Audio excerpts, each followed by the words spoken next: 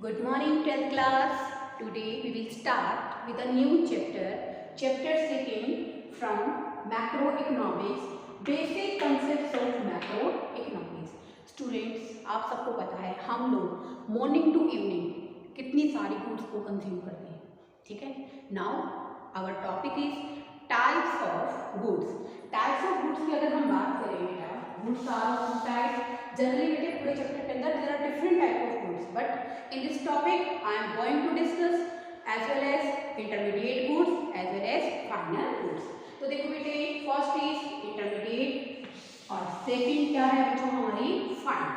अब देखो बेटे फाइनल गुड्स क्या है, मैं आपको कुछ पहले एग्जांपल दूंगी, उसके बाद हम लोग डिस्कस करेंगे। स्टूडेंट्स देखो बेटे, फाइनल गुड्स क्या होती है, this chalk that is also final goods, okay. अब आपके पास जो बुक्स हैं जो आप रीड कर रही हैं 12th के अंदर, that is also the final goods. तो फाइनल गुड्स कौन सी बुक्स होती हैं? Firstly final goods are those goods which have cross the boundary line of production, which have cross boundary line of production, जिन्होंने boundary line को क्या कर दिया है स्टूडेंट्स, क्रॉस कर दिया है। तो ये बेसिकली क्या है हमारी फाइनल गुड्स हैं, and these are ready for the use of final users.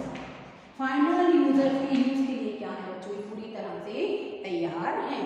अब देखो बेटे, अब हम बात करें कि बेसिकली फाइनल गुड्स वो गुड्स होती हैं जिन्होंने बाउंड्री लाइन को क्रॉस कर दिया है और फाइनल यूजर्स के लिए रेडी हैं। तो स्टूडेंट यहाँ एक इंपॉर्टेंट वर्ड आता है फाइनल यूजर्स। फाइनल यूजर्स का मतलब क्या है? क्वेश्चन था लास्ट टाइम 2019 के अंदर बोर्ड में कि फाइनल यूजर्स क्या केवल कंज्यूमर होते हैं? नहीं, final users are of two types. Final users क्या होते हैं बच्चों? दो तरह के होते हैं। फर्स्ट होते हैं बेटे, अगर हम बात करें फाइनल यूजर्स में, हमारे कंज्यूमर और हमारे producers, both are the final users. जैसे देखो बेटे, हमारे कंज्यूमर्स क्या करते हैं, ब्रेड बटर इन सब चीज़ों का यूज़ करते हैं, ठीक है ना। एज ए कंज्यूमर हम भी यूज़ करते हैं बेटे, ब्रेड का यूज़ करते हैं, बटर का यूज़ करते हैं, अपनी राइटिंग रिक्वायरमेंट को पूरा करने के लिए क्या करते हैं, पेन का यूज़ करते हैं, रजिस्टर का यूज़ करते हैं, बुक्स का यूज़ करते हैं। Then we are the final consumers of that goods, okay. As well as final producer goods कौन सी होती हैं बेटे? जो एक प्रोड्यूसर की प्रोडक्शन की जो रिक्वायरमेंट है उसको कंप्लीट करे बेटा, वो गुड्स कौन सी होती हैं? Final goods. फॉर एग्जांपल एक फार्मर के लिए फाइनल गुड्स कौन सी हैं? जो यूज कर रहा है tractor is also final goods, thresher वो जो यूज कर रहा है, एज वेल एज कंबाइनर, ये सब क्या है बच्चों? Final goods. लास्ट टाइम 2019 के अंदर एक क्वेश्चन आया था, क्या केवल फाइनल गुड्स कंज्यूमर ही होती हैं? तो उसका आंसर क्या आएगा बच्चों? नो, फाइनल गुड्स केवल कंज्यूमर गुड्स नहीं होती। There are another type of goods that is also producer goods, this is also the final producer goods, okay. तो देखो बेटे, फाइनल गुड्स कौन सी होती हैं? Which have crossed the boundary line of production, जिसने बाउंड्री लाइन को cross कर लिया है, and these are ready for the use of final users, okay. And third point बनेगा बच्चों, value is not added in final goods। Final goods में हमें किसी भी तरह से कोई भी वैल्यू ऐड करने की रिक्वायरमेंट नहीं है। और लास्ट सबसे इंपॉर्टेंट बेटे हम लोग क्या लिखेंगे? दीज गुड्स आर इंक्लूडेड, हम इन गुड्स को इंक्लूड करते हैं व्हाइल कैलकुलेटिंग, जब हम लोग क्या करते हैं स्टूडेंट्स, नेशनल इनकम को, व्हाइल कैलकुलेटिंग नेशनल इनकम, जब हम लोग नेशनल इनकम को कैलकुलेट करते हैं तो हम केवल क्या करते हैं बच्चों? फाइनल गुड्स की वैल्यू को ऐड करते हैं। अब हम बात करते हैं इंटरमीडिएट गुड्स की। बेटे इंटरमीडिएट गुड्स कौन सी होती हैं? which have not crossed the which have the goods which have not crossed the boundary line of production, किसने बाउंड्री लाइन को क्रॉस नहीं किया है, boundary line of production, production की बाउंड्री लाइन को इसने क्रॉस नहीं किया है। अब क्रॉस नहीं किया है तो इसका मतलब these are not ready for the final users. तो ये फाइनल यूजर्स के लिए not ready for the final users, for the final users. Okay, and third, value is still added in these goods.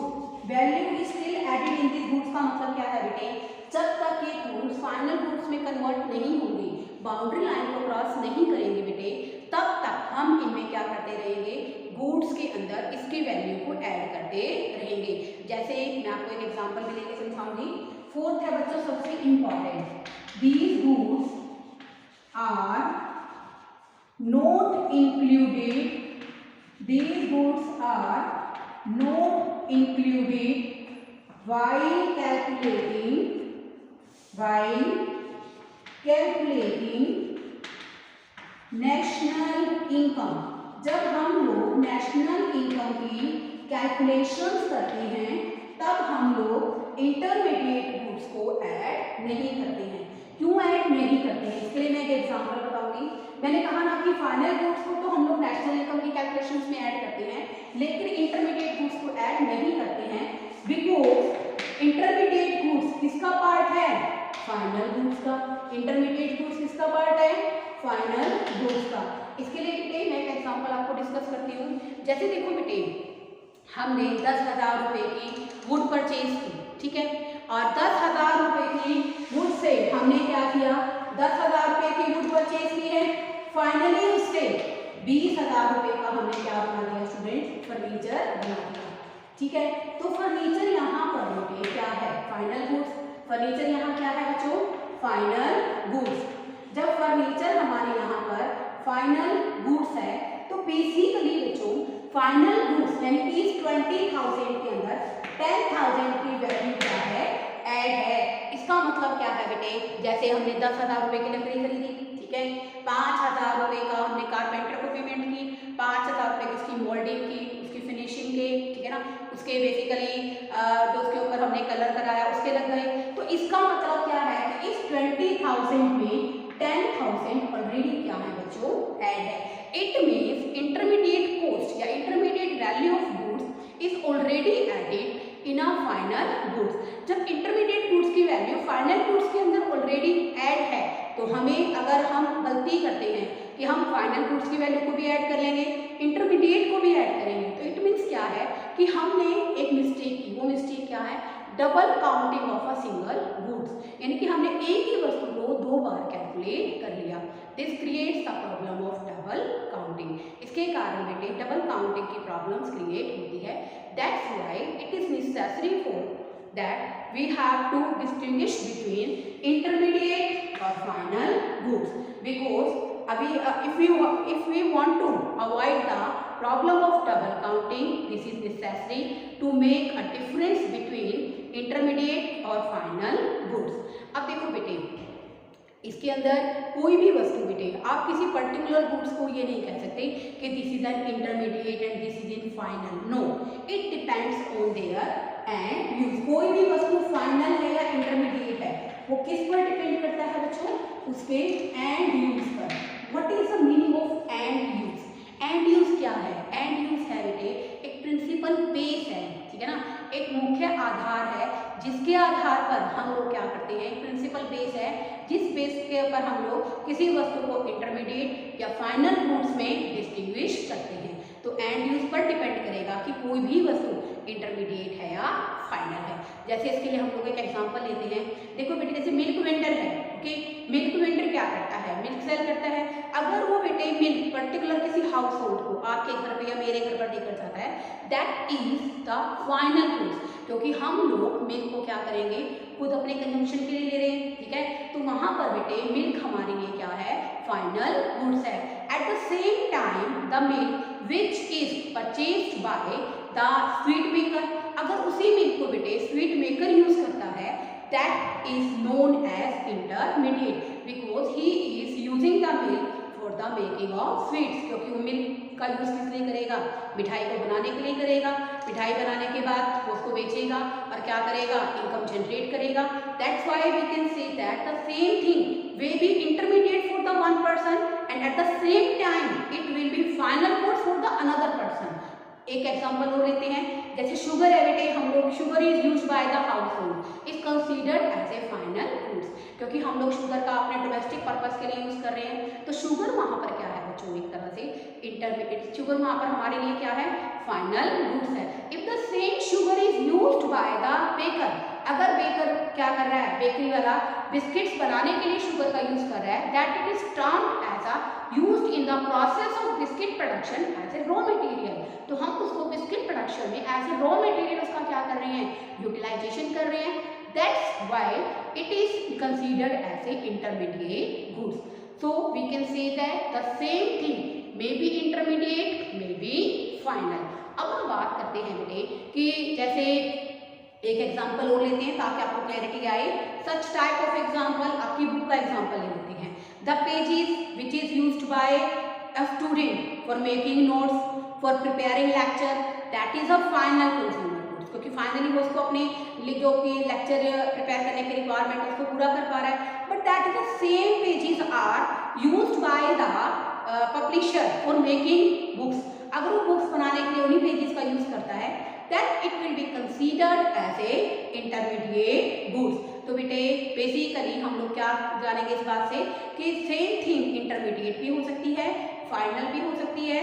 That is depend on the end use of the goods, कि हम अंतिम रूप से उस वस्तु का प्रयोग कैसे करते हैं। अब देखो बेटे, आपको पता चला ना, इससे क्या क्या पॉइंट्स पता चले आपको। What is the difference between intermediate and final goods, which type of goods are included in national income, the answer is final goods. अब मेरा आपसे एक क्वेश्चन है, उस क्वेश्चन का जवाब आप मुझे दीजिए। मान लीजिए बेटे मिल्क वेंडर, ठीक है ना, सेम मिल्क क्या करता है, हमें सेल करता है, तो वो किस तरह की गुड्स है, और अगर वो स्वीट मेकर को सेल करता है तो वो किस तरह की गुड है। मुझे इसका एक पर्टिकुलर ये एग्जांपल तो मैंने आपको दिया कि बेसिकली अगर एक मिल्क वेंडर सेल करता है, that is like milk vendor अगर सेल करता है हाउस होल्ड को, that is intermediate. Sweet maker को सेल करेगा, दैट इज इंटरमीडिएट, और हमें सेल करेगा हाउस होल्ड को, that is final goods. Okay, तो आप बेटे मुझे इस वीडियो के एंड में, वीडियो देखने के बाद मुझे आप जवाब कीजिए, आप कोई ऐसा एग्जांपल लेकर आइए जहां पर हम लोग एंड यूज के आधार पर डिसाइड करेंगे कि गुड्स कौन सी हैं, इंटरमीडिएट है या फाइनल है। आई होप आपको आज का टॉपिक समझ में आया होगा। Okay, thank you students, keep watching my videos, thank you.